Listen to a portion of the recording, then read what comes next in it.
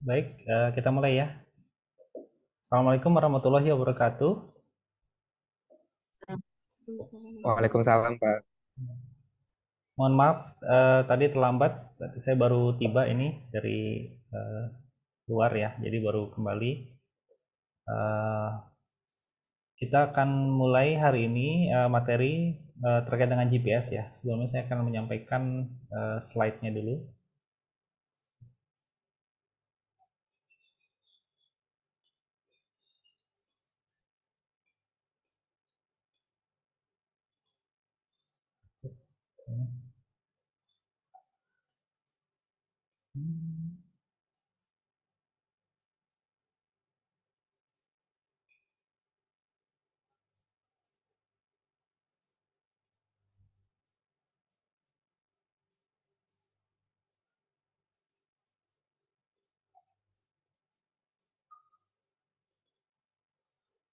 Ya, baik. Hari ini kita akan mulai dengan materi baru ya terkait dengan GPS.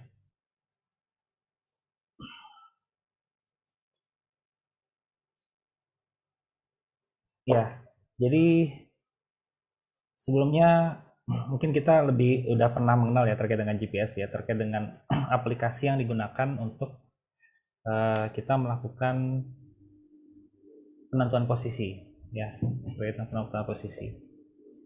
Eh, Sebelum kita masuk ke hal teknis ya, mungkin kita akan masuk dulu eh, ke apa itu definisi ya terkait dengan GPS. Jadi GPS ini adalah sistem navigasi yang pertama kali dikembangkan oleh Departemen Pertahanan Amerika ya pada awal tahun 70-an gitu ya. Kemudian eh, awalnya GPS ini ditujukan hanya untuk memenuhi kebutuhan militer. Jadi hanya untuk keperluan militer ya. Nah, dengan seiring dengan berkembangnya zaman ya, saat ini GPS sudah bisa diakses baik oleh pihak militer maupun sipil. Jadi masyarakat biasa itu bisa menggunakan teknologi GPS ini. Gitu ya. Jadi kalau kita bicara GPS, maka kita bicara yang pertama kali dikembangkan namanya adalah sistem Navstar ya, navigasi eh, Navstar ya, Navstar GPS pertama kali dinamai oleh John Walsh ya, salah satu orang penting ya waktu itu di dalam pengembangan GPS ini. Kalau kita melihat GPS, maka kita bicara adalah sinkronisasi satelit gitu ya. Jadi penentuan posisi sesuatu objek ya, suatu objek yang permukaan bumi itu adalah eh, dilakukan dengan menggunakan beberapa satelit ya untuk menentukan posisinya gitu. Jadi misalnya gini,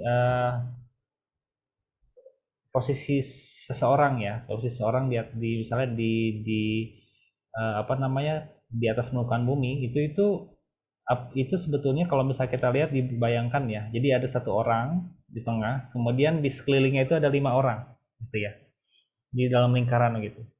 Nah, 5 orang itu yang menentukan posisi satu orang yang di tengah itu adalah 5 orang yang tadi.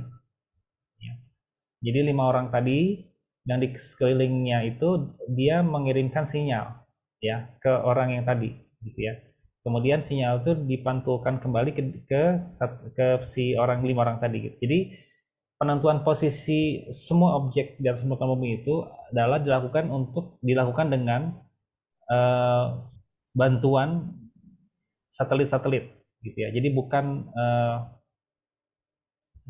apa ditentukan oleh dirinya sendiri, bukan, tapi adalah merupakan keterangan dari orang lain gitu. Jadi orang lain yang akan menghitung, menilai, atau alat lain yang menghitung, menilai posisi kita di atas permukaan bumi gitu. Nah, kemudian satelit ini kenapa akhirnya dia synchronize ya? Nanti mungkin kita bisa lihat nanti di tampilan berikutnya ya, di slide berikutnya. Nah, kemudian di sini ada 24 satelit ya yang apa namanya?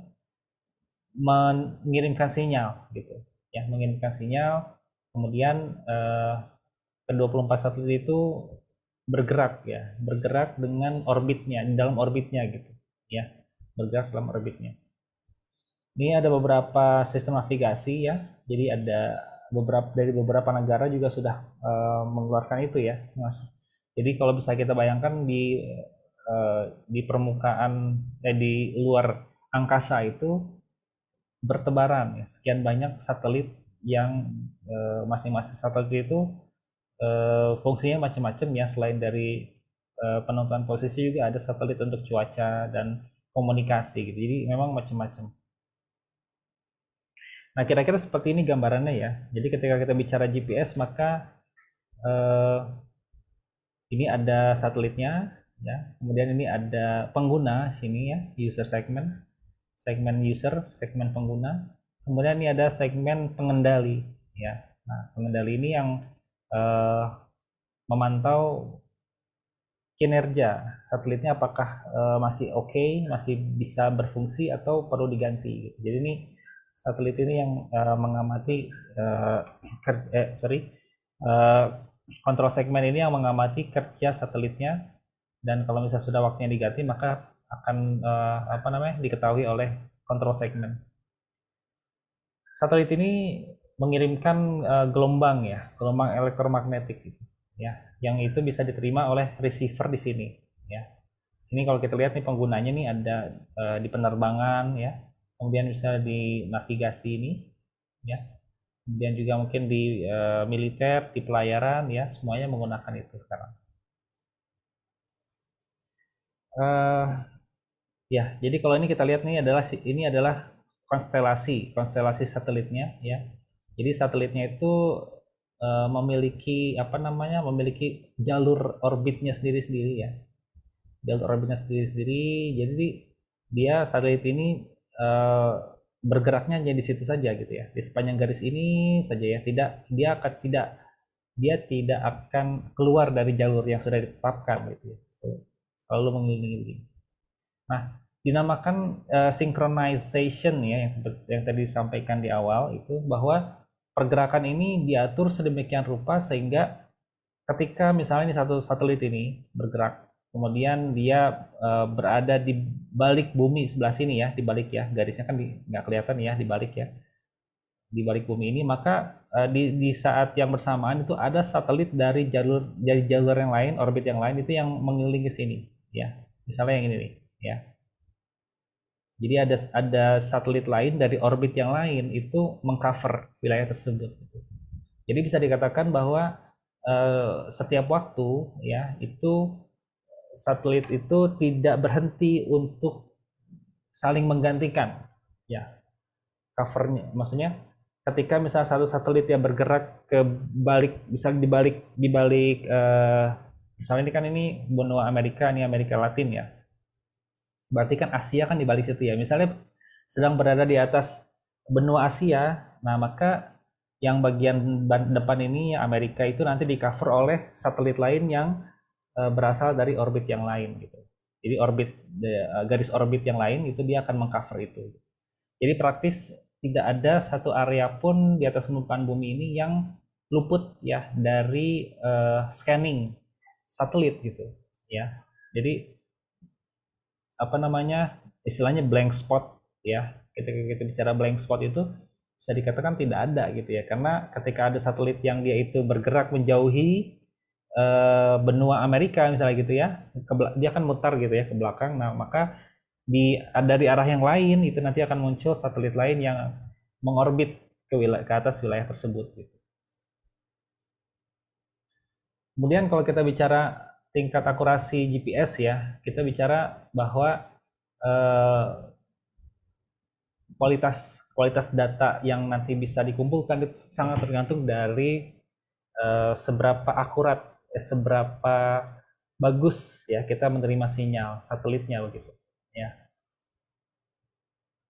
Ya, jadi ini ada tingkat akurasi itu lebih kepada faktor kesalahan ya. Jadi semakin tinggi akurasinya maka faktor kesalahannya semakin kecil gitu ya. Tapi semakin rendah tingkat akurasinya maka faktor kesalahannya semakin besar. Nah, di sini kita bisa lihat ya. Misalnya contoh nih ada satu posisi ketika kita berada di lembah seperti ini ya. maka eh, di sini ada faktor sekeliling yang mengurangi kekuatan sinyal satelitnya atau tidak dapat tembus ya. Berarti ini kan ada satu kondisi di mana sinyal tidak bisa tembus karena ada benda padat ya di sini. Ya. Nah, ketika di sini tidak ada sinyal ya, maka eh, hasil pengukuran posisi pun menjadi tidak akurat gitu ya. Tidak akurat atau mungkin kurang akurat ya. Dibandingkan dengan kalau misalnya posisi kita berada di tanah lapang ya. Jadi kalau misalnya kita berjalan di daerah yang bergelombang ya, misalnya di daerah perbukitan ya, kemudian atau di daerah yang bergunung ya, ketika kita berada di posisi lembah seperti ini, maka kita akan kesulitan nanti menerima sinyal dan penentuan posisi kita tidak akurat ya, karena ada beberapa sinyal ini yang terhalang oleh benda padat. Nah, sebaliknya, apabila kita berada di posisi atau di lokasi yang dia itu tanah dataran misalnya gitu ya, misalnya lapangan bola atau mungkin di persawahan ya, itu yang tidak ada hambatan dalam bentuk gelombang bergelombang begitu ya, nggak ada bukit ya, hanya datar begitu, maka di sini kita akan menerima sinyal secara maksimal gitu ya. Nah, jadi cara kerja GPS itu adalah dia satelitnya mengirimkan sinyal ya ke sini ya. Kemudian dipantulkan kembali ke satelitnya gitu ya. Nah, eh, daya rambat gelombang elektromagnetik atau sinyal itu kan 300 km per detik, 300 ribu kilometer per detik ya. Mungkin masih ingat ya dulu ya, waktu kita di SMA dulu dijelaskan bahwa kecepatan rambat gelombang elektromagnetik itu adalah dalam satu detik dia bisa menempuh jarak 300.000 kilometer ya. Jadi kalau misalnya di sini memerlukan waktu sekian detik misalnya gitu ya, berarti dia bisa hitung posisi kita itu di mana gitu ya. Ya, jadi pokoknya perhitungannya dengan menghitung pertama adalah waktu tempuhnya berapa ya, karena di sini sudah diketahui ya jaraknya berapa, maka waktu tempuhnya berapa. Nah, posisi kita bisa diketahui dari perhitungan di GPS tersebut. Nah, untuk mentriangulasi supaya lebih akurat gitu ya, maka dibutuhkan beberapa satelit ya, beberapa satelit untuk menghitung posisi kita secara akurat. Nah, kalau misalnya kita hanya mendapatkan satu satelit dari sebelah kiri sini saja, nah, tidak ada yang sebelah kanan ya, maka ini kita kurang akurat karena butuh eh, butuh kita melakukan triangulasi dari sini ya, seolah-olah gitu ya. Kita coba perlu untuk eh, dihitung juga dari arah sini nih bagi berapa gitu ya, sehingga akhirnya kita ini sebagai kontrol ya, sebagai kita untuk mengkoreksi hasil perhitungan di sini gitu. Jadi memang di dalam perhitungan posisi itu mekanismenya kurang lebih seperti itu ya. Kemudian ada juga beberapa hal yang akan mempengaruhi penerimaan sinyal satelit ya. Jadi yang pertama adalah kondisi geografis ya. Tadi sudah dijelaskan terkait dengan misalnya posisi kita berada di lembah, di gunung, mungkin lapangan ya, itu akan berbeda. Kemudian juga kalau misalnya kita eh, berada di daerah yang eh, pepohonannya padat ya, lebat ya, banyak pepohonan, kemudian juga mungkin daun-daunnya lebar, itu juga akan mempengaruhi ya, akan mempengaruhi penerimaan sinyal. Kemudian ada juga yang sensitif terhadap air. Jadi begitu masuk ke air hilang sinyalnya gitu ya. Atau mungkin alatnya rusak gitu ya. Tapi di beberapa GPS itu bisa digunakan untuk diving. Jadi untuk diving menyelam ya untuk kegiatan menyelam gitu, kadang ada juga yang menggunakan GPS gitu ya. Ada yang juga menggunakan GPS. Kemudian ada juga yang menyebabkan sinyal itu menjadi buruk, itu adalah kaca film mobil ya. Jadi kalau misalnya ada beberapa GPS yang begitu masuk mobil maka hilang sinyalnya gitu. Ya, kemudian juga kalau misalnya di situ banyak bahan metal ya, artinya eh, itu bisa menjadi penghambat gitu ya, pengganggu sinyal. Kemudian juga alat-alat elektronik lain yang mengeluarkan sinyal, ya, yang mengeluarkan gelombang elektromagnetik itu juga bisa mengganggu penerimaan sinyal satelit alat GPS. Nah, kemudian kalau di gedung-gedung tinggi nih, kalau misalnya tadi kita bicara di pedesaan itu kan biasanya bukit, gunung gitu ya. Nah, kalau di perkotaan ya itu kita man-made environment ya, atau apa namanya lingkungan yang dibentuk oleh manusia. Misalnya ada bangunan tinggi, kemudian ada itu sebenarnya mirip-mirip kalau kita lihat ke wilayah yang alami pedesaan itu adalah sebenarnya seperti gunung gitu, seperti bukit di tengah kota gitu ya. Jadi dia sebagai barrier ya, sebagai penghalang dari sinyal itu gitu ya. Nah, terlebih lagi kalau misalnya gedung-gedung tinggi itu eh, punya bahan bangunan atau apa namanya dindingnya itu terbuat dari kaca ya. Yaitu atau misalnya ada apa namanya bangunan-bangunan tinggi bahannya itu memantul gitu ya. Nah, itu akan lebih apa mengganggu penerimaan sinyal satelit GPS gitu. Nah, ini ada beberapa contoh GPS ya. GPS yang apa namanya yang bisa kita dapatkan ya sekarang di luar. Jadi dulu bentuknya seperti ini di awal tahun 2000-an ya, 2000-an awal gitu atau pertengahan 2010 lah ya kurang lebih ya, 2010 itu GPS bentuknya seperti ini. Ya, jadi ini alat untuk ke lapangan.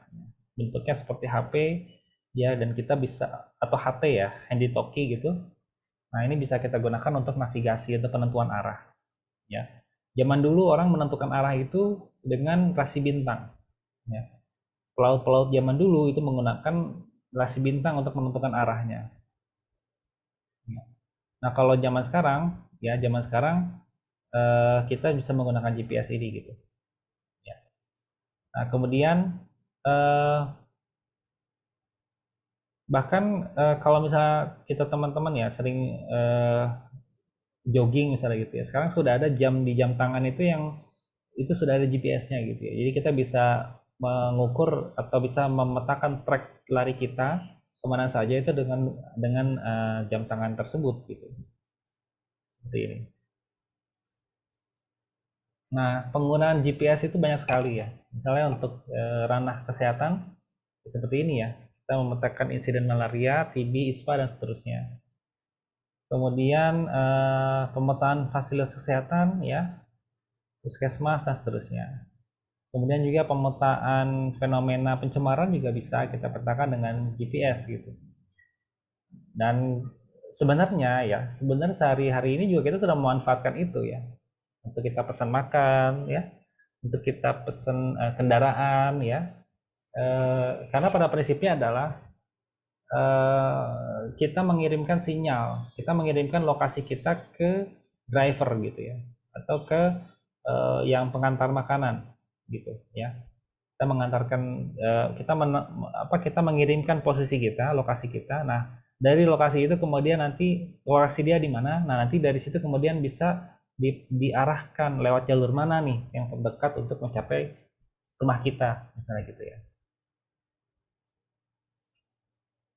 Nah, ini fungsi dasar GPS ini ya untuk menentukan waypoint ya, kemudian untuk track ya, kemudian juga untuk bisa track itu jalur ya, jalur perjalanan. Kemudian juga untuk membuat wilayah ya, wilayah yang akan kita petakan. Nah, mungkin awal dulu belum ada GPS ya, waktu di apa namanya, waktu tahun 1800-an itu belum ada ya, waktu zamannya outbreak kolera ini belum ada. Tapi GPS itu bisa digunakan ya, kalau misalnya untuk saat ini ya, untuk memetakan outbreak itu adalah dengan memetakan lokasi, ya, lokasi dari apa namanya dari penderita gitu ya, lokasi dari case. Nah, itu kembali kita lihat polanya gitu. Nah, di sini ada beberapa penggunaan GPS dalam riset ya. Oke. Nah, ini adalah titik-titik lokasi ya, titik-titik lokasi eh, fasilitas pelayanan kesehatan ya. Sini. Nah, kemudian di data ya semuanya ya, didatangi, kemudian didata, kemudian diplot lokasinya. Ya. Jadi ini kalau kita bicara apa GPS ya, penggunaan GPS itu berarti kita kegiatan lapangan. Jadi kita ke lapangan, bukan kegiatan yang kita bisa apa namanya lakukan di ruangan ya. Jadi ini adalah kegiatan kita survei ke lapangan untuk kita mendata ini. Gitu. Seperti ini ya. Kemudian berikutnya adalah contoh seperti ini juga. Ini ada nih contoh ya. Nah, ini adalah kasus-kasus malaria. Kemudian ini tempat perlindungan vektornya, ya. Kemudian di sini sudah dipetakan juga tambak-tambaknya ya, tambak-tambak. Terus kemudian ini ada pemukiman-pemukiman. Kemudian ini ada sungai, dan ini ada jalan ya. Nah, ini titik-titik ini diperoleh juga dengan kita survei ke lapangan menggunakan GPS. Kemudian juga pemetaan ini ya, pemetaan terkait dengan ini jejaring rujukan. Jadi ini ada vaskes-vaskes ya, kemudian ada praktek dokter mandiri dan seterusnya.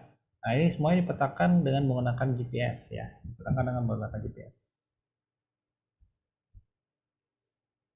Ya, ini juga sama ya, kalau itu seperti itu. Nah, sekarang kita akan coba ya, mendata ya, mencari data dari Google Maps ya, dari Google Maps untuk kita nanti jadikan sebagai shapefile gitu ya.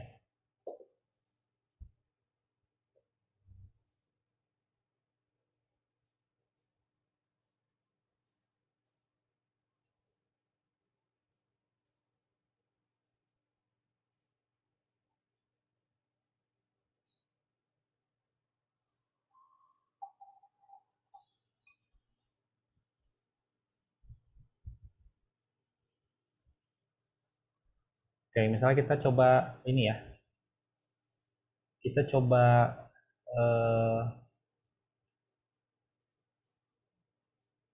mengambil titik ya. Nah, mengambil titik dari Google Maps.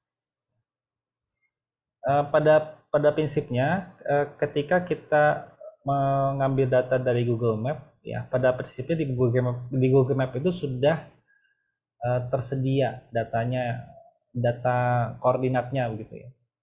Jadi itulah kenapa ketika kita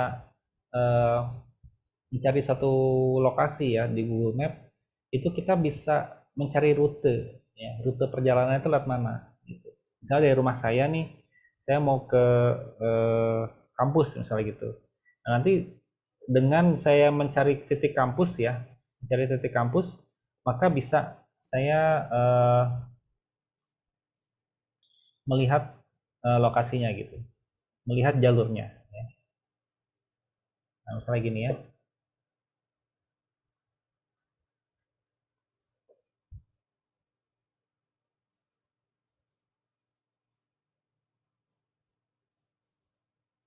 Nah, kira-kira seperti ini.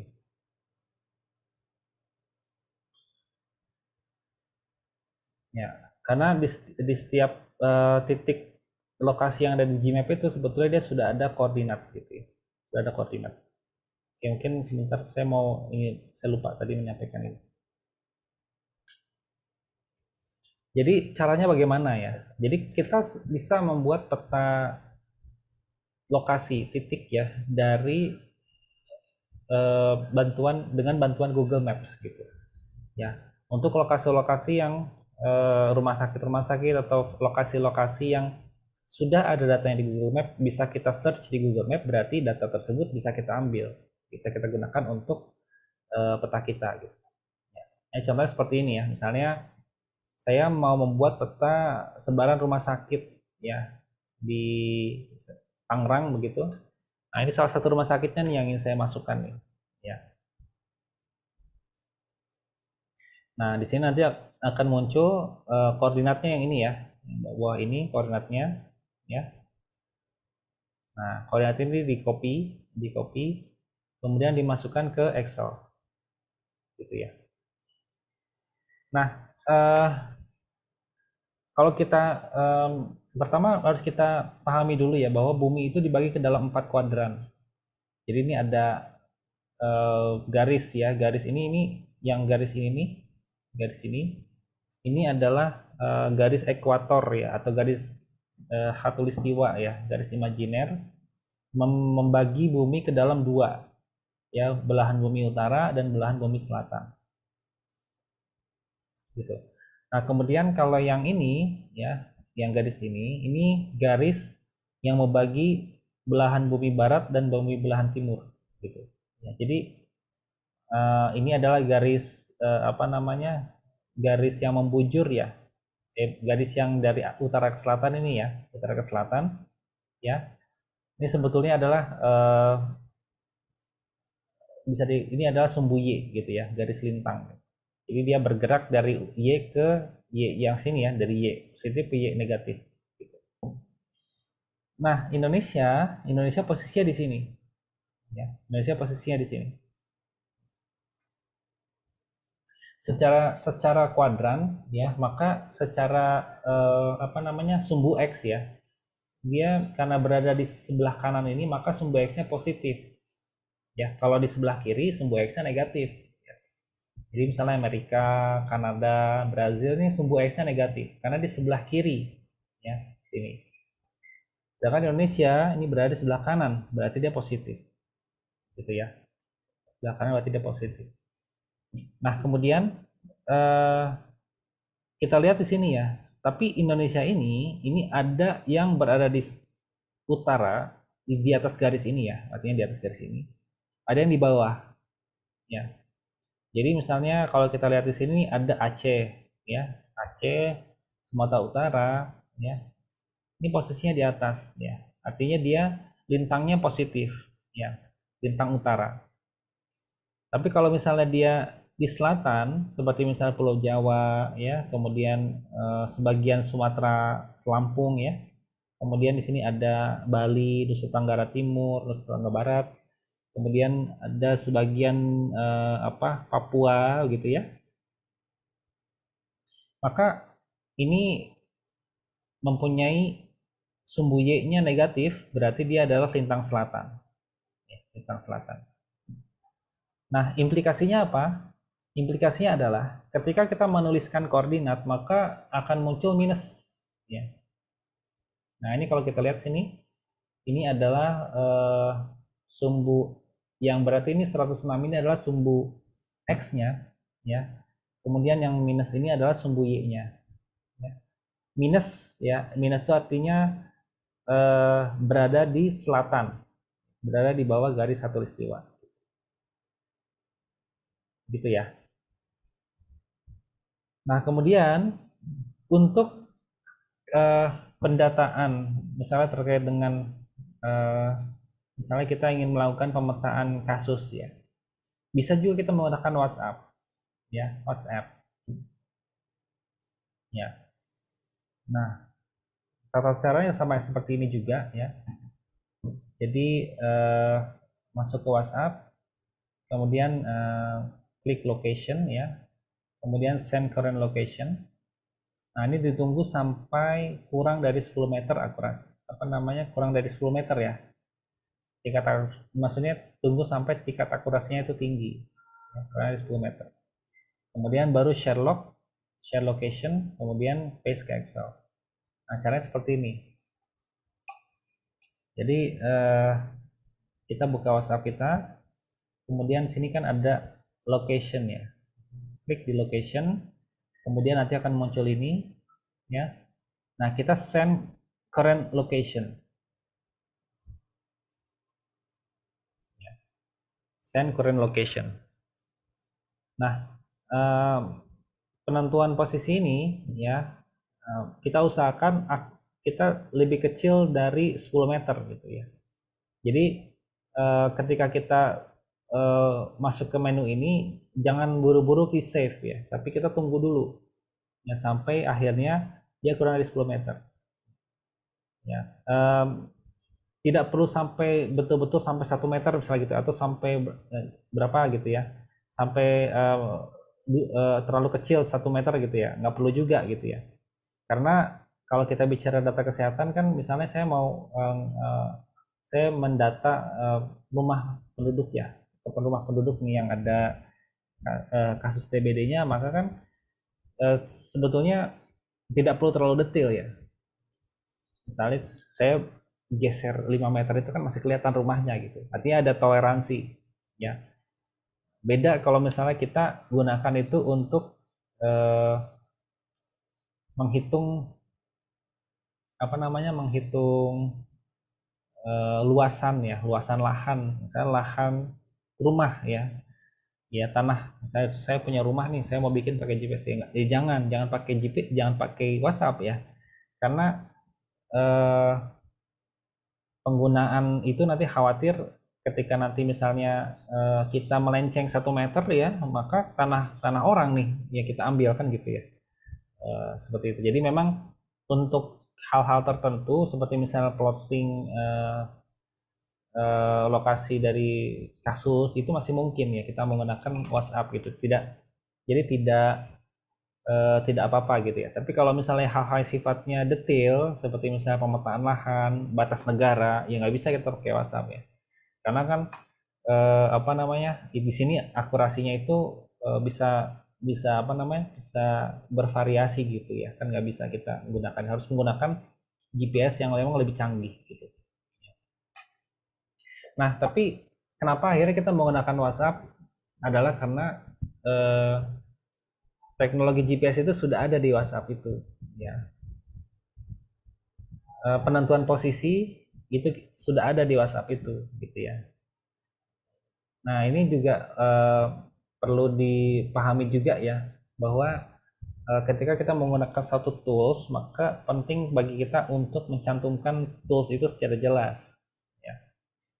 Memang sebetulnya idealnya adalah kita menggunakan GPS yang asli, yang tadi saya jelaskan di slide berikut sebelumnya ya, yang ada alatnya seperti HT gitu ya. Sebetulnya yang benar tuh itu gitu. Tapi ketika misalnya di kampus tidak tersedia dalam jumlah banyak gitu ya, karena satu unit itu kan cukup mahal ya, harganya bisa kisaran 2 sampai 3 juta begitu ya.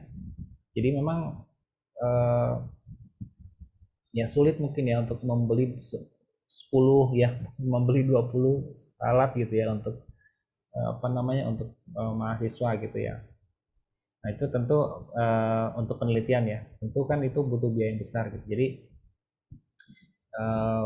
solusinya adalah kita bisa menggunakan pengganti yang lain ya, tools pengganti yang lain, tapi harus kita cantumkan toolsnya itu apa. Misalnya saya menggunakan fitur misalnya saya menggunakan di penelitian ini adalah fitur share location di WhatsApp, itu disebutkan ya, ya supaya nanti dan mungkin juga akurasinya gitu ya, di setiap titik itu akurasinya berapa gitu ya. Jadi pas saya ngeklik ini akurasinya 5 meter ya, klik titik yang berikutnya akurasinya misalnya 7 meter ya. Nah, itu juga harus disebutkan itu, sehingga akhirnya kita bisa mendapatkan gambaran yang lengkap ya terkait dengan datanya. Oke, nah ini caranya seperti ini ya. Jadi send current location. Kemudian klik ya di sini ya, di sini. Nah, ini kita klik ya, nanti akan keluar sama seperti itu, akan diarahkan ke Google Map. Yang diambil adalah yang ini ya, bukan yang ini ya. Kalau yang ini adalah dia masih dalam format beberapa satuan. Jadi unitnya yang pertama nih derajat, kemudian ini yang tanda petik 1 ini adalah menit, kemudian petik 2 ini adalah detik gitu ya. S ini adalah selatan, south ya. Kalau E ini adalah east, bujur timur. Indonesia akan selalu punya notasi ini E ya. Tapi Indonesia itu bisa ada yang U ya, utara atau north ya, north, N atau S gitu ya. Karena eh, wilayah Indonesia itu ada yang di atas ekuator, ada yang di bawah ekuator. Oke. Nah, jadi ini penjelasan untuk yang ini ya. Kenapa kita jangan menggunakan yang ini, karena nanti repot. Kita harus konversi dulu. Harus konversi. Jadi ini 6 derajat ya, 6 derajat itu 6 ya. Kemudian 35 ini ya harus dibagi, karena 1 derajat itu sama 60 menit, maka 30 menit 35 per 60 ya. Kemudian kalau detik itu berarti dalam 1 derajat ada 3600 detik.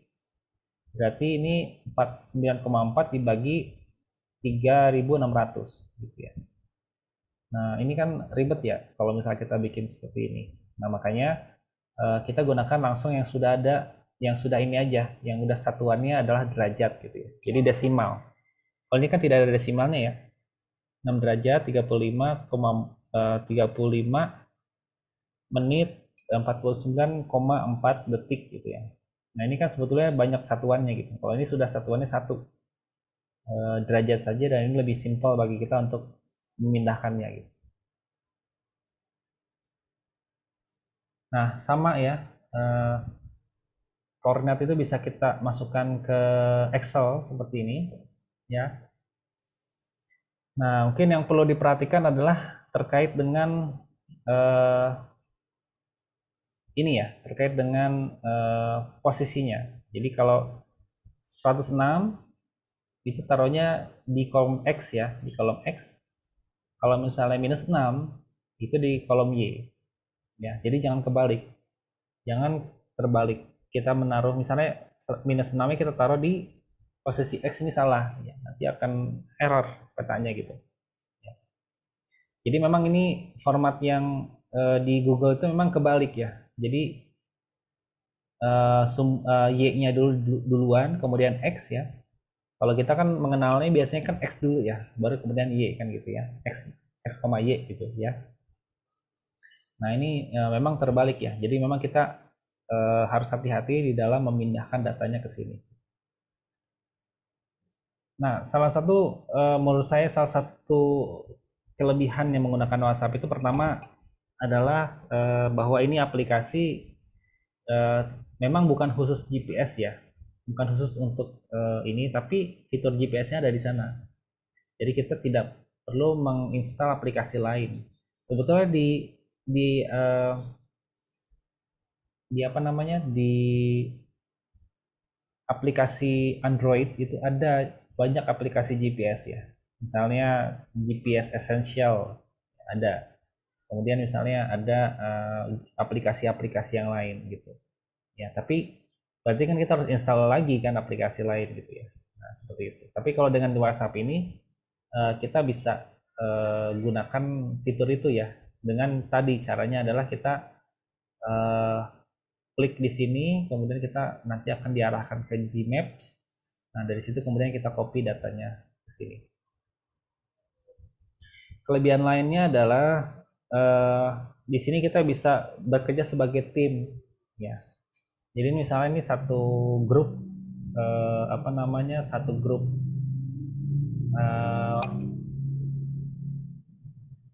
tim ya, satu tim gitu ya. Kita punya satu tim, kita buatkan WAG-nya. Nah, kemudian nanti semuanya ke lapangan gitu ya. Endomnya ke lapangan. Nanti masing-masing endom itu nanti bisa memasukkan location dari respondennya di sini gitu ya. Tinggal dikasih keterangan aja. Misalnya ini Pak siapa ya. Misalnya ini Pak Pak Eka misalnya gitu ya. Kemudian misalnya ini Bu Siti misalnya gitu ya, atau Bu siapa gitu. Nah, tinggal dikasih aja keterangan di sini gitu. Nah, itu nanti apa namanya, bisa dengan mudah dikumpulkan datanya gitu. Jadi nyebar ya di satu wilayah gitu, kemudian nanti endomnya bergerak gitu ya, menyisir wilayah tersebut atau mencari alamat yang ada di data sekundernya ya.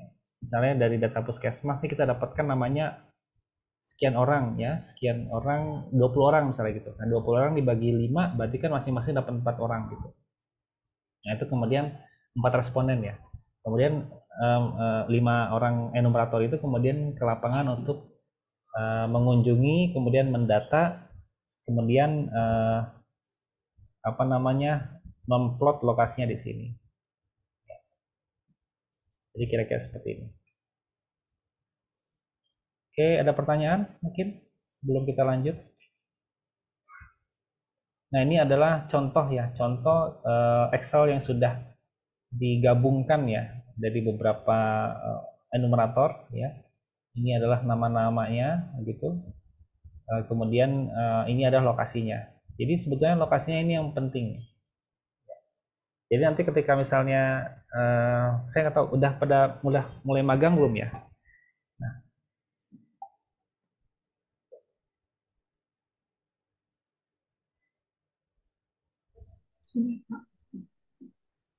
nah coba nanti dicek ya ke tempat magangnya apakah datanya itu sudah tersedia dalam bentuk ini, gitu ya. Kalau misalnya ada file Excel, kemudian sudah ada misalnya titik-titik kasusnya itu sudah ada koordinat X sama Y-nya, maka data tersebut sebenarnya sudah data spasial ya. Nah, proses selanjutnya adalah proses teknis aja di aplikasi, bagaimana kita mengubah yang tadinya dalam bentuk tabel begini menjadi bentuk peta. Ya. Tapi memang modalnya ini ya, harus ada koordinat X sama koordinat Y, maka ketika ini sudah ada, bisa ditampilkan gitu. Oke, nah sekarang kita coba latihan ya.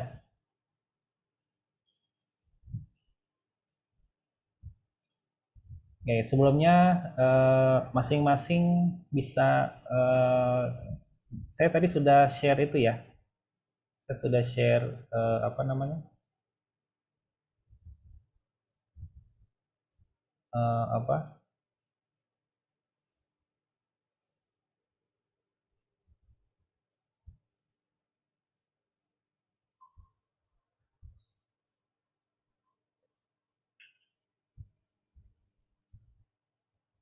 Nah, ini sudah apa?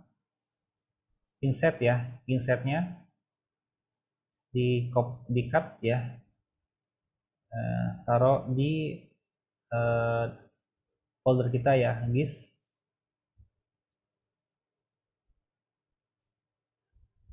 Ini. Kemudian kita paste dulu taruh di ini ya mungkin ya, di shapefile ya. Nah, kemudian kita ekstrak ya, kita ekstrak. Oke, mungkin saya pakai aplikasi ini aja ya, save and zip.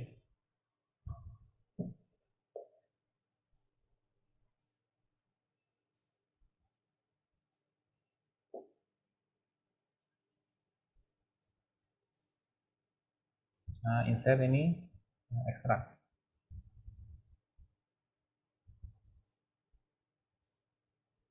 Oke. Nah, kemudian kembali sudah ada ya berarti ya nih. Nah, insert, folder insert ya. Nah, ini kita pindahkan ke atas ya. Masa terlalu banyak sub-subnya. Oke. Nah, jadi folder insert ya, di bawah langsung shapefile ya. Nah, ini ada shapefile-nya. Nah, kemudian kita akan coba masing-masing untuk ini ya, Sherlock ya.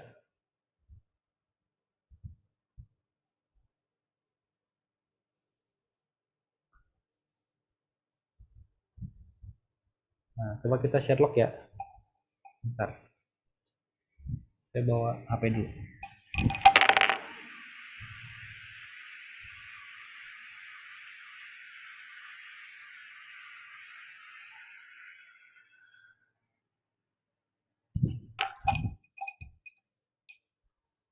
Oke, coba masing-masing kita share log ya.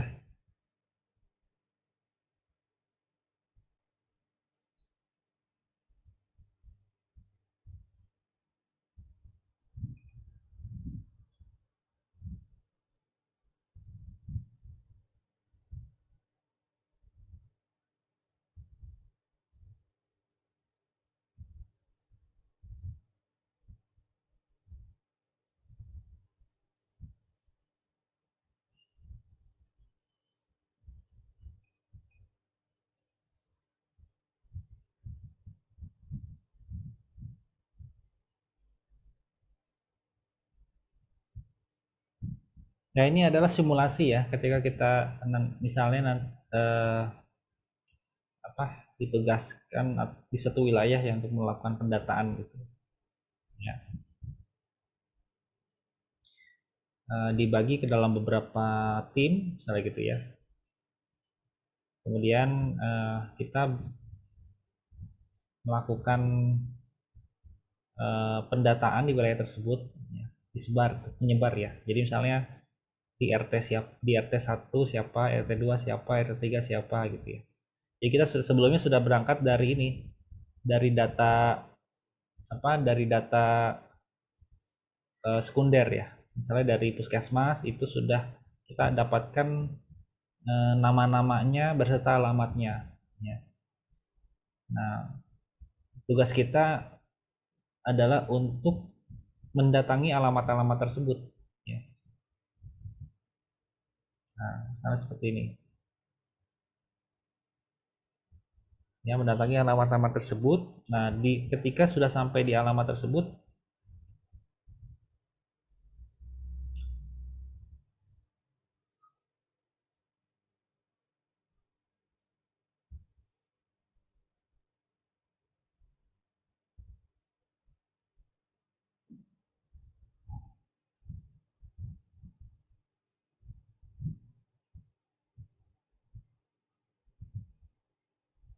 ya, coba ada yang bisa nggak Sherlock? Saya nggak bisa ya.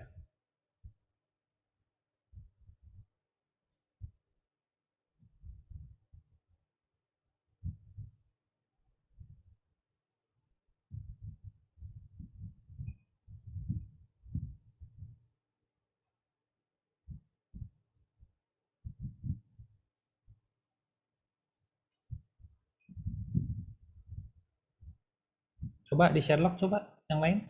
Saya ada masalah nih. Wah, HP saya.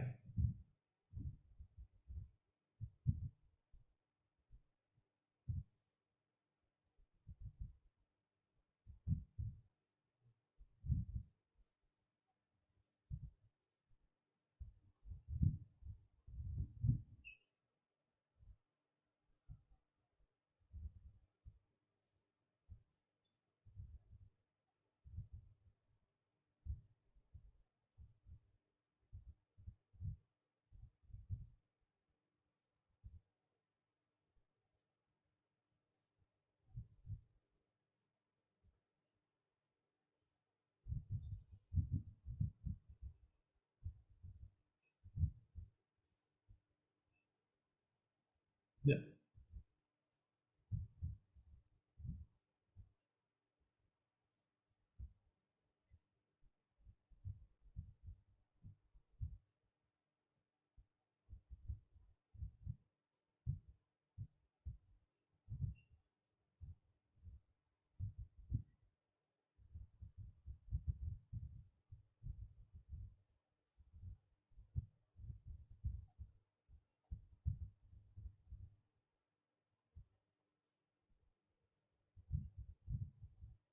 udah bisa.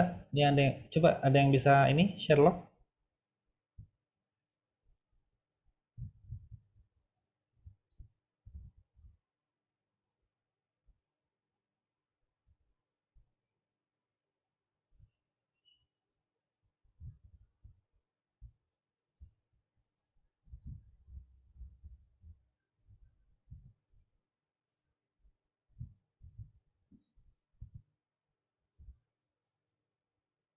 Saya nggak bisa ya.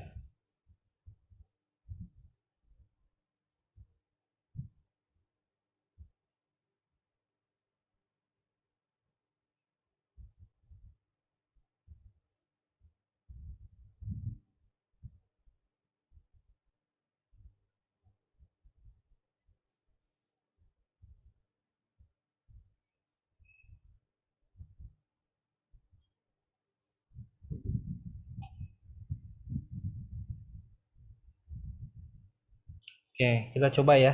Ini HP saya kenapa nggak bisa kirim location?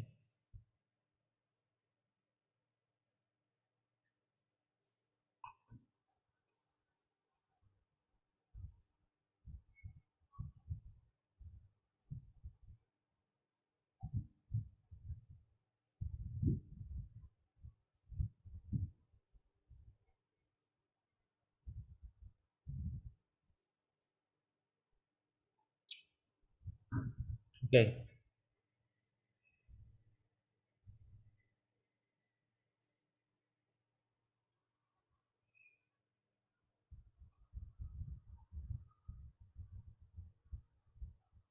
misalnya kita sekarang coba ini ya, klik. Jadi caranya tadi kita klik di sini ya. Jadi akan diarahkan,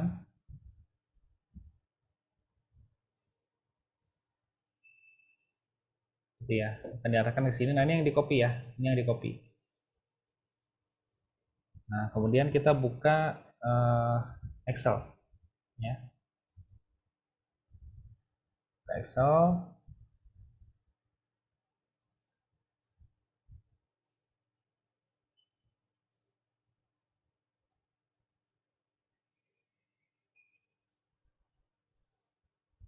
Nah, seperti ini. Ini nomor ya.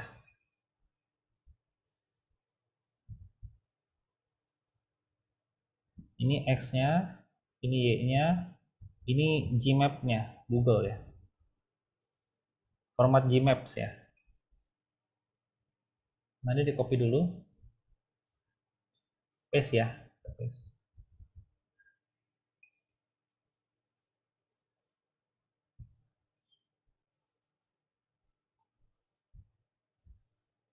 Nah, nah yang Gmap ini kita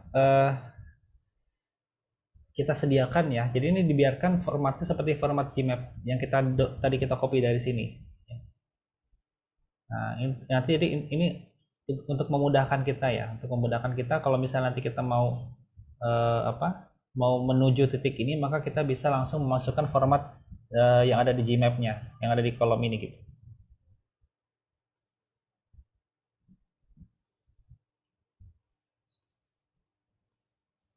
Oke, nah kemudian yang ini misalnya tadi Katia ya. Nah itu ini X-nya ya, X-nya 106, Y-nya adalah -6 ya. Kebalik ya. Jadi dia kalau di Gmap itu kebalik posisinya. Nah, kita biarkan satu kolom lagi untuk yang memang aslinya ya. Dari Gmap-nya seperti ini formatnya, tulisannya gitu. Kebalik ya. Nah, ini nomor satu. Nah, kemudian berikutnya yang lain sama ya. Mati ya. Y-nya 2. Nah, kemudian berikutnya yang kedua adalah cahaya. Sama diklik juga gitu.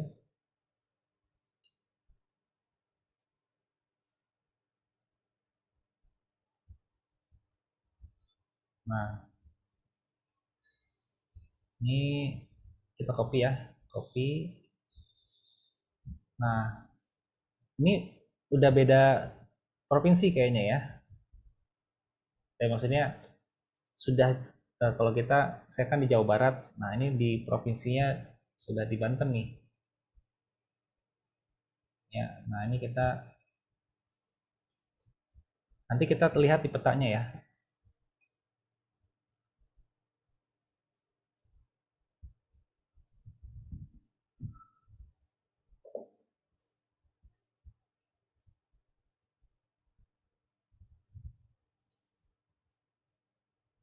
Ini di cleaning dulu ya. Jadi tidak apa-apa kalau misalnya kebanyakan banyak angka gini, nanti kita bisa cleaning. Nah, kayak gini. Ya. Nah, yang berikutnya siapa? Rana. Oke, ada yang tinggalnya di atau saat ini domisilinya di luar Jabodetabek nggak? Kita coba simulasi ya, supaya kelihatan distribusinya. Ini adalah tadi Rana, 3 Rana.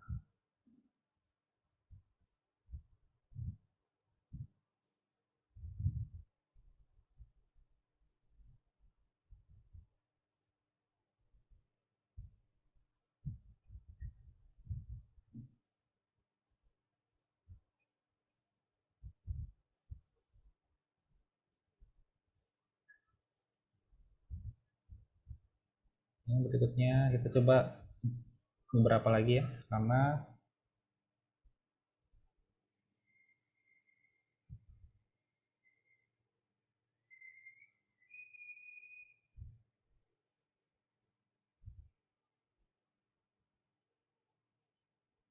masih DKI Jakarta,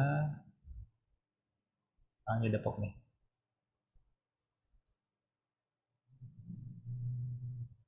Jakarta, Depok nih.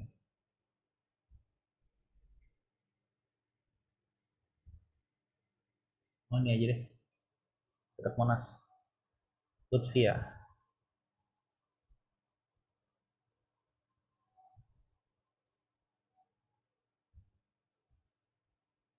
Oke, ini kita coba beberapa aja ya, nanti penting kita dapat.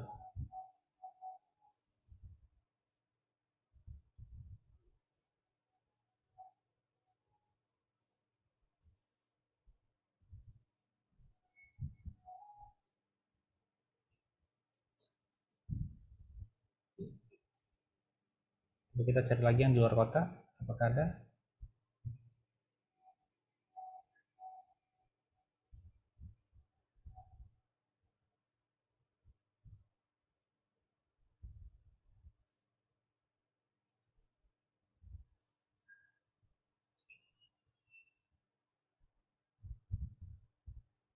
Depok ya. Nah, ambil yang ini ya, ambil yang ini, NAD, bersama NAD.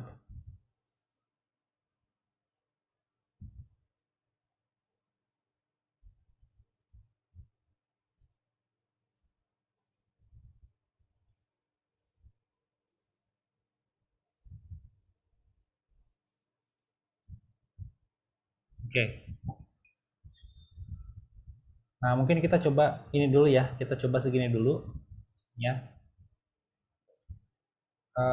Nah, ini kalau misalnya kita dari WA, dari WhatsApp. Kalau misalnya kita ambil dari Gmap ya, misalnya saya mau search ya, namanya adalah eh, RSUI misalnya gitu ya.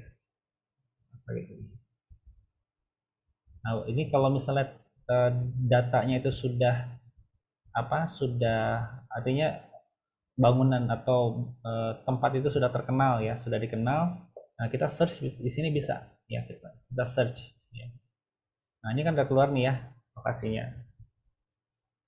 Nah, untuk mendapatkan koordinatnya diklik kanan aja di sini. Klik kanan. Nah, ini kan ada nih ya. Nih, kita klik aja di sini. Klik. Sudah langsung tercopy ya, lokasi RSU-nya sudah dapat. Nah, kemudian kita pindahkan ke sini. 6 RSUI.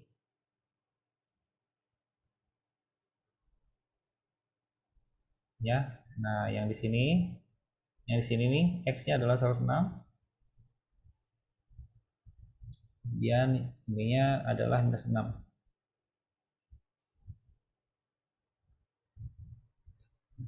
Oke, itu ya contohnya ya. Satu lagi. Kalau misalnya saya mau udah dapat RSUI, sekarang saya mau mencari RS Bunda Margonda. RS Bunda Margonda.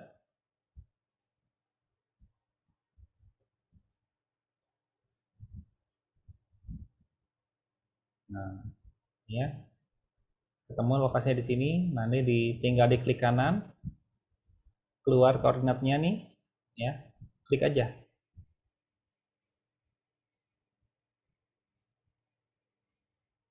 Copy,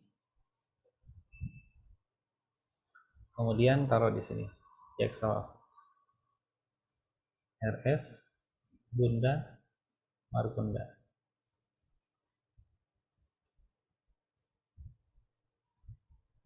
Paste 3 kali ya. Jadi di paste 3 kali, jadi tinggal kita delete aja yang nggak perlu.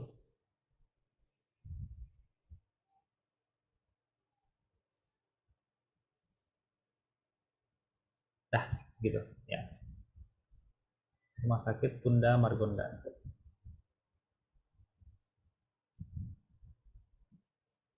Nah, ini panjang gini nggak apa-apa ya. Panjang ini nggak apa-apa, nanti kita bisa. Uh, yang penting dicantumkan aja sesuai dengan apa yang kita dapatkan dari Google Map gitu. Nah, jadi ketika misalnya saya ingin mengirimkan nih, saya coba nanti datang ya ke RS Bunda Margonda, saya di sini nih. Ini kalau misalnya saya kirimkan koordinat ini, ya, misalnya ke WA ya, sini. Nah, ini koordinatnya kan udah ada nih ya. Nah, koordinat ini tinggal tinggal di copy aja, kemudian dimasukkan ke Google seperti ini.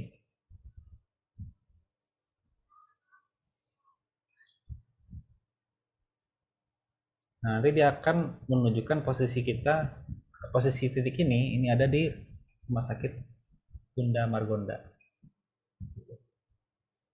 Jadi untuk misalnya kita sedang ujian skripsi ya, terus kemudian misalnya ada penguji, bisa nggak saya ke lokasi itu misalnya, gitu. Ya tinggal kita share aja koordinatnya yang ada di Excel, gitu ya. Jadi eh, Excel ini, ketika kita membuat Excel ini, maka ini bisa ini kita lampirkan ya, kita lampirkan di dalam tulisan, dan ini bisa kita gunakan ya untuk sebagai koordinat untuk kita menuju ke lokasi itu. Bisa nggak saya ke rumah sakit ini, titiknya di mana ya gitu ya? Bisa nggak saya ke lokasi ini?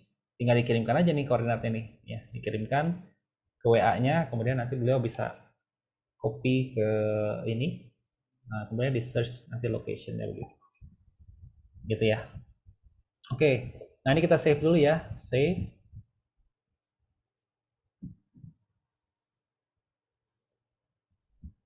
save.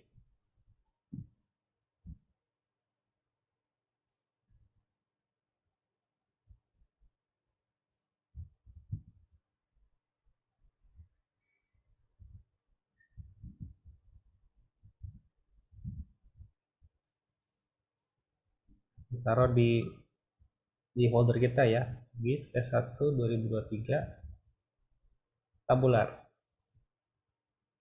Nah, ini adalah misalnya koordinat ya. Nah, kemudian ini kita file save as ya. Jadi untuk setiap tabel Excel untuk bisa masuk ke Quantum GIS itu harus dengan format CSV ya. Jadi kita save as dulu.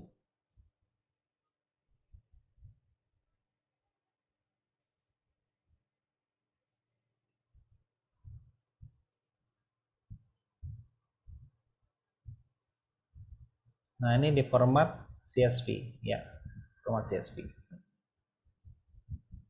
Oke. Koordinat ya. Nah, baru kemudian kita buka Quantum GIS ya.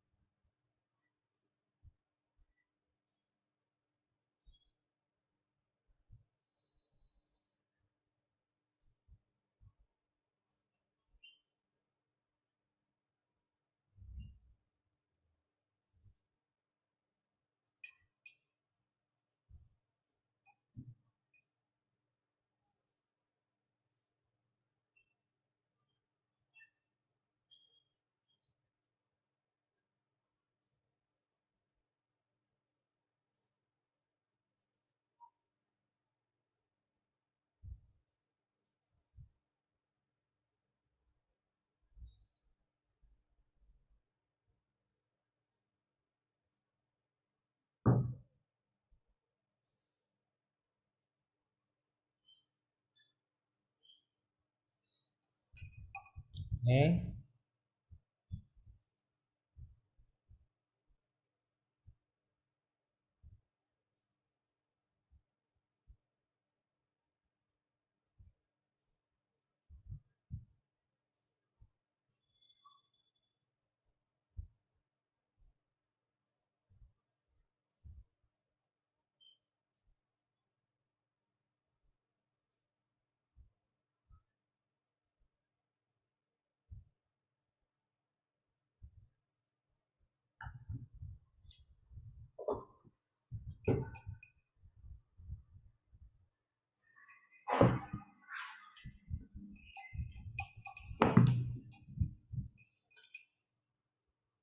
Oke.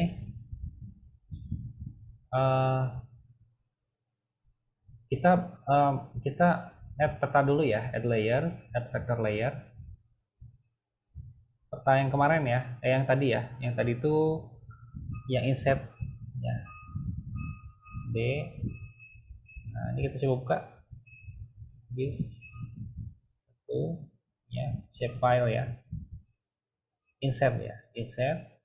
Nah, ini supaya mensimpelkan ya tampilan, ini kita bisa pilih, bisa kita klik ininya nih, filenya kita klik menjadi S3 shapefile. Nah, kita kemudian klik provinsi ya, add add ya, kemudian close. Ini adalah peta Indonesia. Nah, kemudian tadi ada beberapa kan ya, ada yang di luar ya, nanti kita lihat nih. Nah, kemudian eh, ini ada tanda tanya ya, ada tanda tanya. Nah, ini harus kita definisikan dulu ya. Kita harus tentukan dulu koordinat sistemnya apa. Ini klik aja nih di tanda tanya, klik. Nah, kemudian di sini ini ada dua kelompok ya, ada geographic coordinate system, ada projected coordinate system. Nah, yang projected coordinate system ini kita close dulu, kita tutup dulu foldernya ya, tutup dulu kan tombol segitiga ini. Nah, kemudian kita buka yang geographic coordinate system. Kita cari di sini adalah WGS 84 ya, WGS 84. Nah, ini di sini ada WGS 84. Ini langsung keluar ya, WGS 84 nih. Kemudian kita pakai yang versinya 4979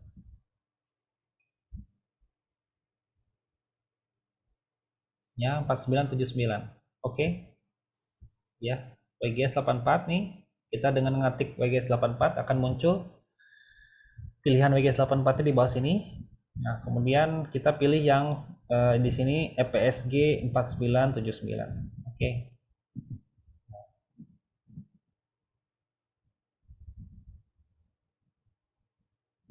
Nah, ini adalah peta kita, sudah benar ya secara koordinat nih. Di sini sudah benar.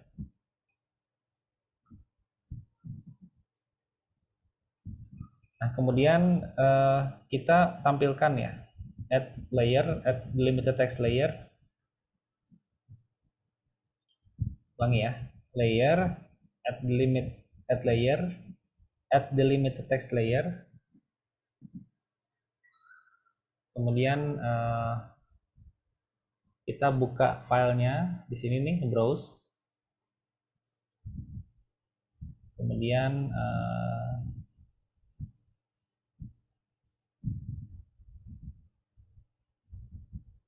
tabular ya. Ya, di folder tabular ada koordinat CSV, klik-klik. Ya. Nah, ini sudah muncul ya previewnya, tabelnya, preview. Tampilannya harus begini ya. Kalau misalnya berantakan, berarti delimiternya harus kita setting ulang. Kita pilih set delimiter yang lain. Gitu. Ya. Tapi kalau misalnya udah oke seperti ini, ya berarti udah benar, nggak masalah. Ya. Jadi ini tahapannya sama seperti normalisasi kemarin. Ya, jadi setelah normalisasi kan kita mengambil tabel ya, memanggil tabelnya. Nah, itu menggunakan langkah-langkahnya sama dengan ini, add delimiter text layer. Nah, tapi yang membedakan adalah di sini nih. Di sini kita kliknya point coordinate, ya, point coordinates. Ini kita klik. Terus kemudian di sini y sama x-nya ya, x-nya, kemudian y-nya, ini koordinatnya ya, ada. Oke, sudah ya. Add, close. Nah, ini coba kita zoom nih, ya, pakai ini. Nah, kita bisa dapatkan beberapa titik berada di sekitaran Depok nih ya. Ini ada nih beberapa titik sekitaran Depok. Kemudian ada beberapa titik juga di DKI Jakarta. Kemudian ada satu titik nih yang itu ada di Provinsi Banten. Gitu. Nah, ini bisa kita sebelum kita edit ya, kita save as dulu ya, kita ekspor. Ya, kita ekspor.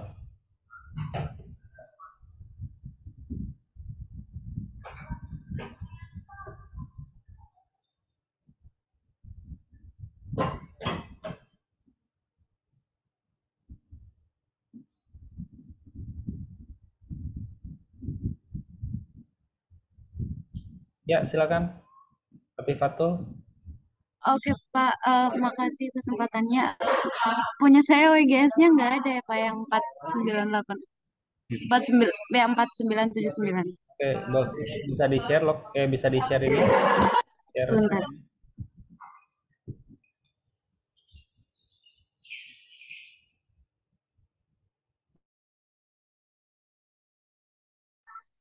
screen.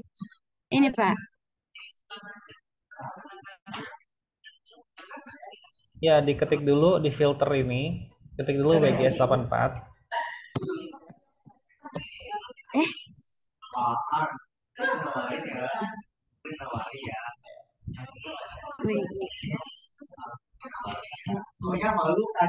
Ya, kemudian search ke bawah, terus scroll pelan-pelan.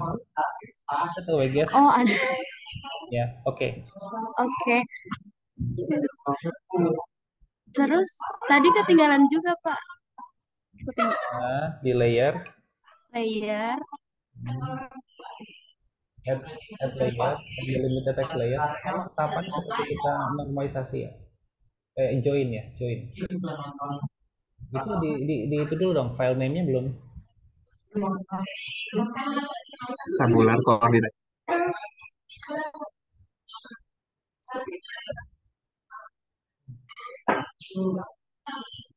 Ya.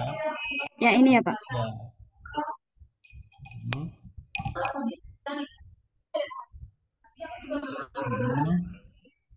Hmm. Ya, oke. Point koordinat.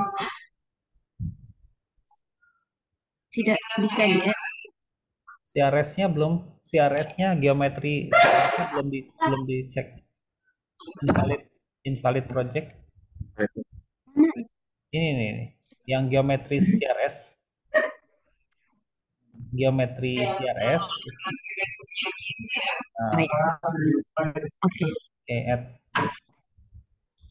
Oke, close coba.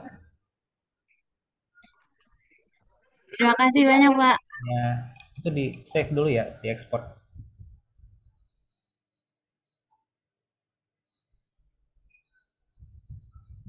Yang diekspor yang provinsinya Pak.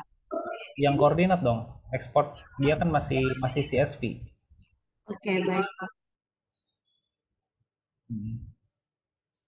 Export ya.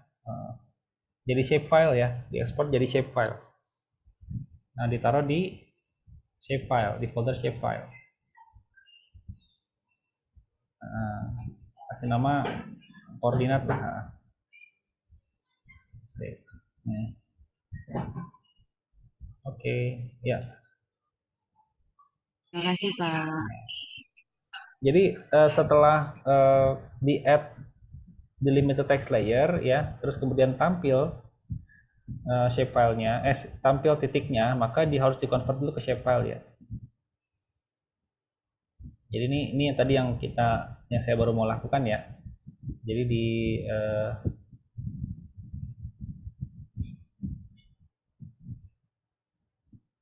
QGIS tabular shapefile.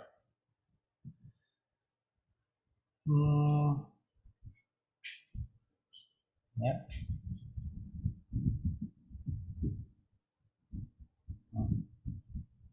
Nah, ini titik-titiknya ya.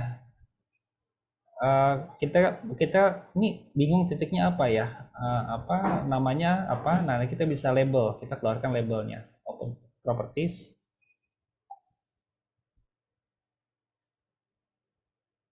kemudian simbol label ya, label single label nama ya. Nah, gitu.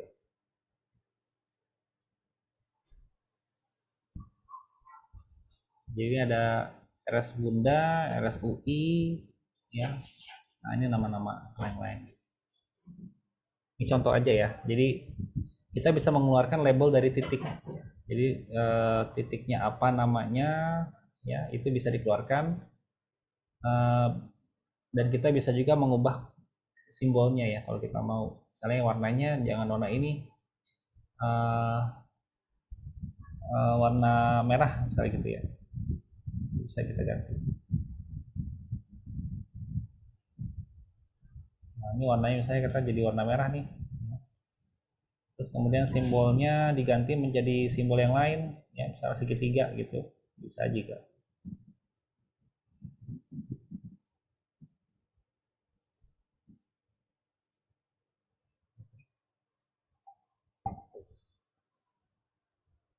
Nah, ini kita bayangkan bahwa ini adalah titik-titik Paskes ya misalnya gitu ya.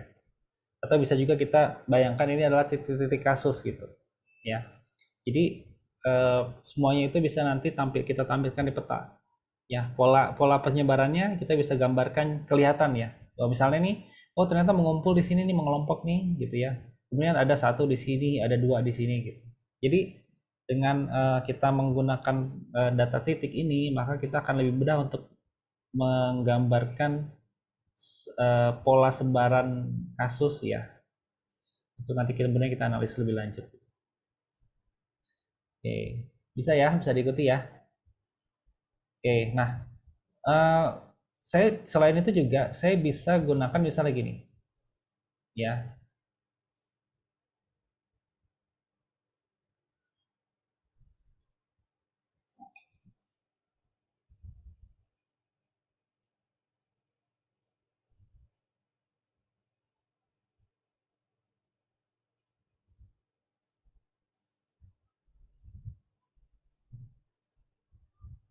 Ya, misalnya ini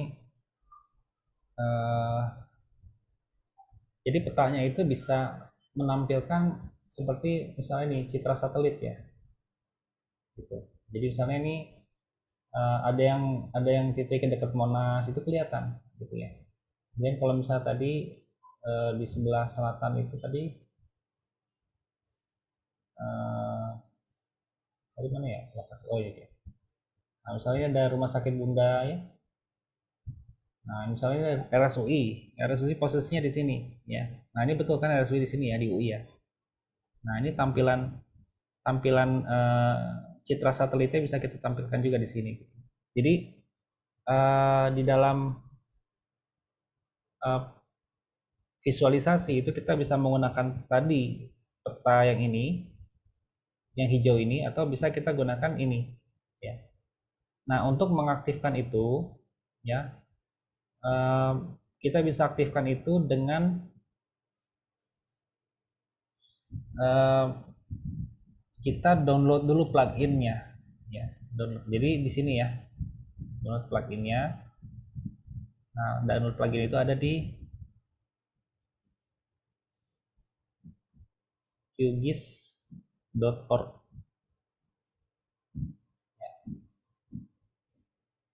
Jadi plugin untuk menampilkan ini ya, plugin itu seperti apa ya, tools tambahan lah ya. Jadi ini ada aplikasi besarnya, kalau di mobil itu kayak variasi lah gitu ya. Jadi mobil itu kan bentuknya gitu ya, tapi bisa aja kita variasi, kita audionya kita tambahin gitu ya. Kemudian pasang TV ya, itu kan bagian dari apa namanya, penambahan ya, atau plugin gitu, tambahan gitu. Nah ini kira-kira seperti itu juga plugin itu fungsinya. Nah artinya tidak serta merta ada, tapi harus kita aktifkan gitu ya.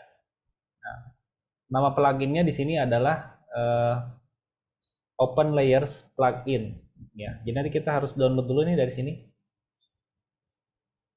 ya. Masuk dulu ke kigis.org ya, kigis.org. Saya copyin dulu deh, tutup ya.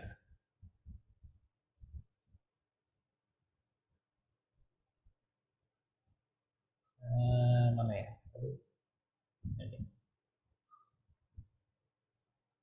Nah, ini alamatnya ini ya. Saya udah share di grup.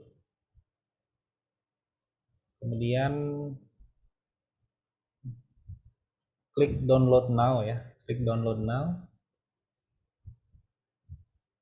All release ya. Klik all releases. Kemudian nah di sini nih namanya nih, plugin for QGIS are also available.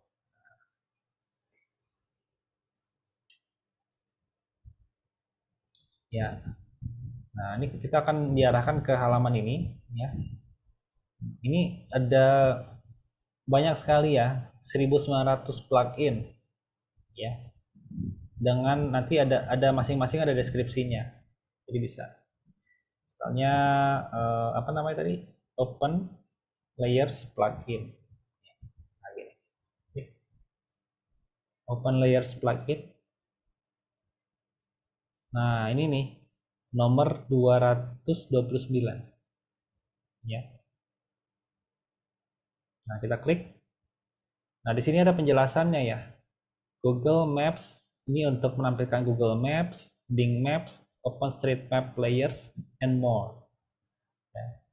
Jadi fungsinya lebih ke sini, lebih ketampilan bisa menampilkan Google Maps, Bing Maps ya di dalam peta kita, di dalam QGIS, di dalam tampilan QGIS-nya kita bisa tampilkan peta-peta atau maps ini gitu ya. Nah, versionnya kita download yang 148 ya, 148 download.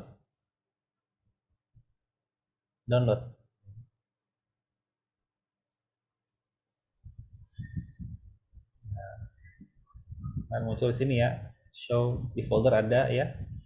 Nah, kemudian kita kembali ke sini ya, plugin ya, manage install plugin.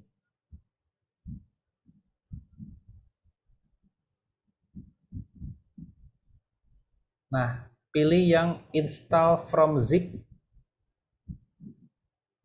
ya, install from zip. Nah, kita search. Nah, ini file zipnya ya, kita klik di sini. Kemudian klik open. Kemudian install. Ya, dicoba dulu. Sudah bisa diikuti? Atau ketinggalan? Kalau ketinggalan langsung ya. Bisa diikuti?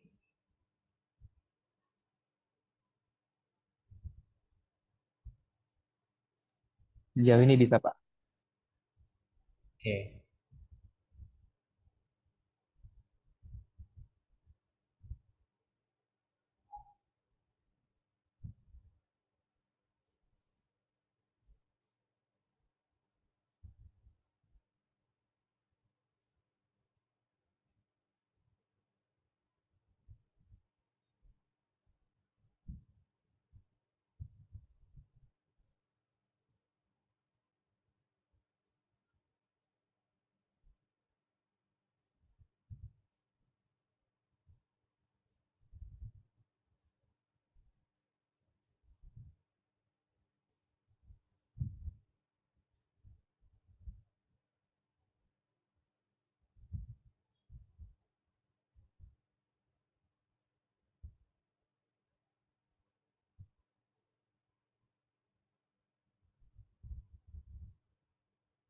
Oke, install plugin ya.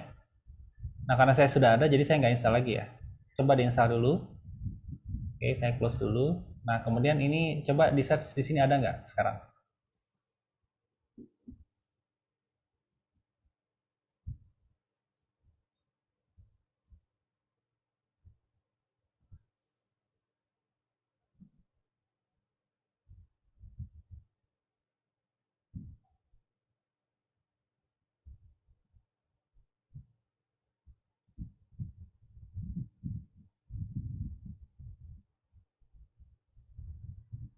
Oke. Nah, di sini ya. Jadi akan muncul di sini OpenLayers plugin. Sudah muncul belum di webnya?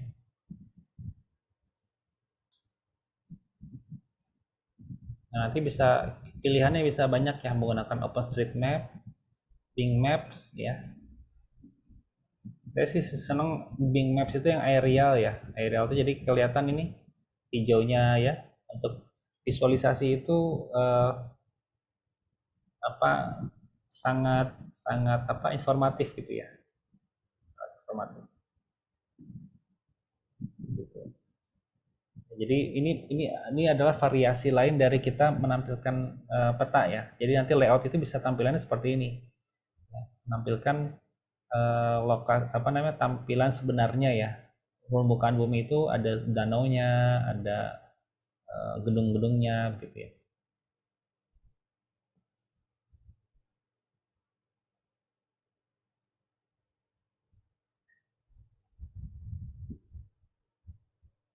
Oke.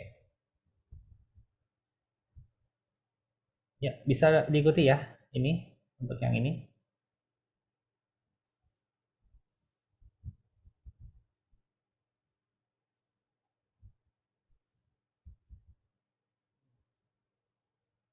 Baik. Nah, ini di save ya, di save projectnya. Save, kemudian disimpan projectnya ya. Project ini adalah koordinat ya, koordinat GPS. Ya, silakan Siva. Pak, saya pas installnya error, Pak. Katanya cool download plugin OpenLayers plugin due to an error when calling its class Coba gimana? factory method.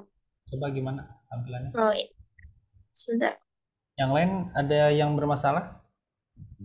Begini, Pak.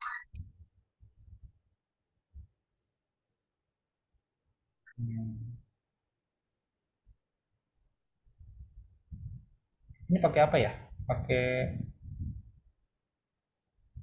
ini pakai pakai Mac nggak atau pakai biasa? Pakai Windows bisa, Pak. Biasa. Oke. Coba ganti versinya ya, download versi yang lain. Jadi 148 coba coba versi 2 yang di atasnya. Oh, pluginnya. Nah, download Ya, lagi. baik. Sebentar, Pak. Yang lain ada yang kendala?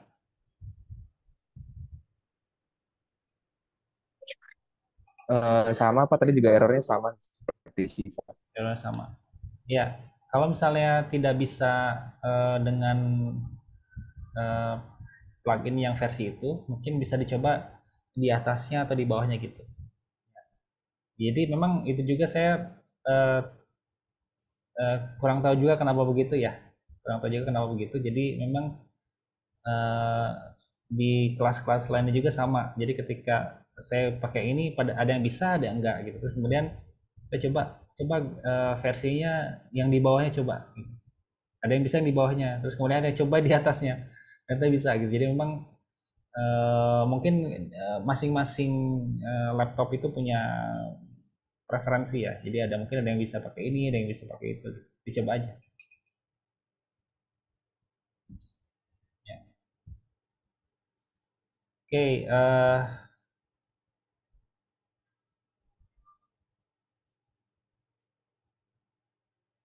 baik.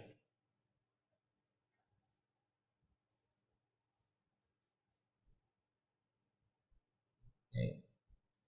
Ada yang ini lagi kendala mungkin? Ya. Jadi itu salah satu ininya ya, variasi di dalam kita tampilan visualisasi peta.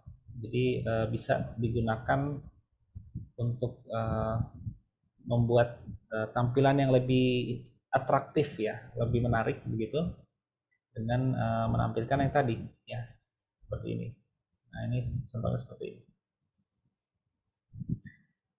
Itu salah satu pluginnya yang menurut saya ini salah satu keunggulan dari QGIS ya, bahwa dia bisa berkolaborasi dengan sumber data lain ya, dan itu bisa apa namanya ditampilkan gitu di dalam aplikasi QGIS ini gitu. Jadi itu salah satu ininya. Nah, di sini banyak sekali ya. Jadi di sini banyak sekali plugin ya. Jadi teman-teman bisa bisa apa? Bisa mempelajarinya gitu ya. Ini ada banyak sekali, ini ada 1900 plugin. Nah, ini bisa terkait kebut ininya bisa kita lihat di sini ya. Nah, jadi bisa seperti ini ya. Ada deskripsinya gitu.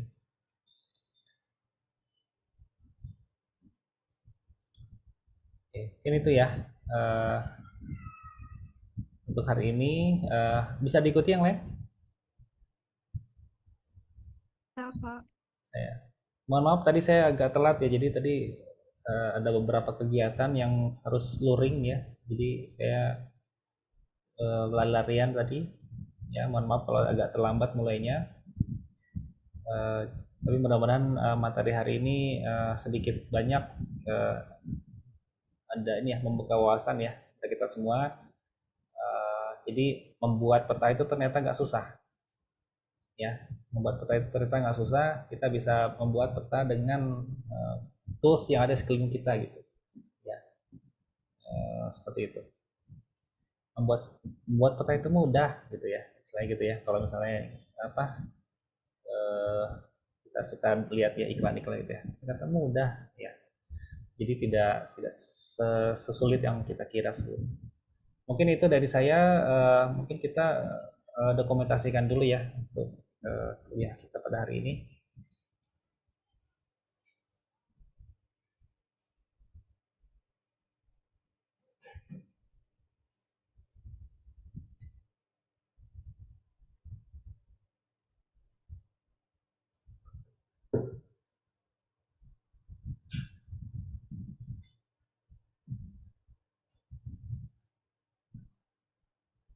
Oke.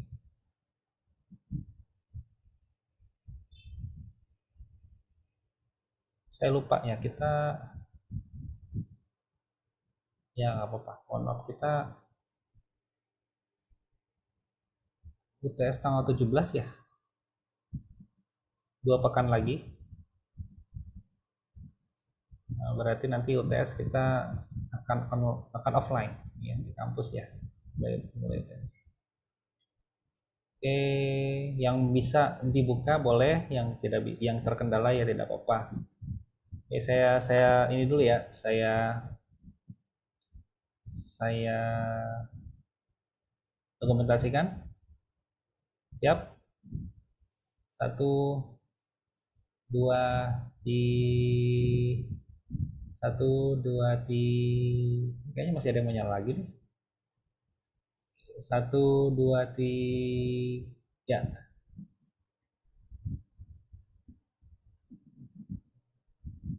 Bentar ya. Bentar.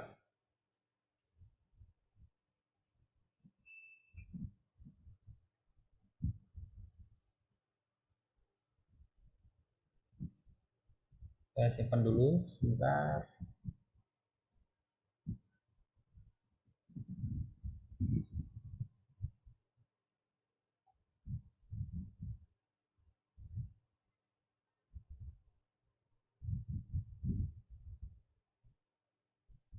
Oke, next yang kedua. Slide yang kedua. 1, 2, 3. Ulang-ulang. 1, 2, 3. Oke, dulu simpan.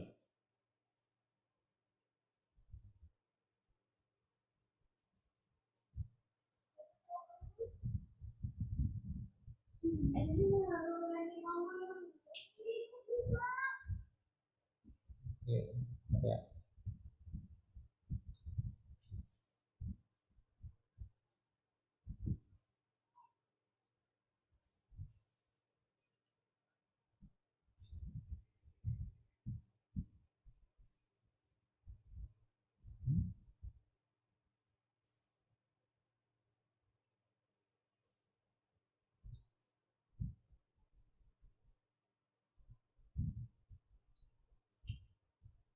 Oke, baik. Sudah disimpan ya dokumentasinya. Terima kasih untuk waktunya. Eh, saya cukupkan ya pertemuan kita pada hari ini. Sampai jumpa di pertemuan berikutnya. Assalamualaikum warahmatullahi wabarakatuh. Waalaikumsalam warahmatullahi wabarakatuh. Terima kasih banyak, Pak. Sama-sama. Pak. Terima Waalaikumsalam. kasih Terima banyak, kasih banyak, Pak. Pak.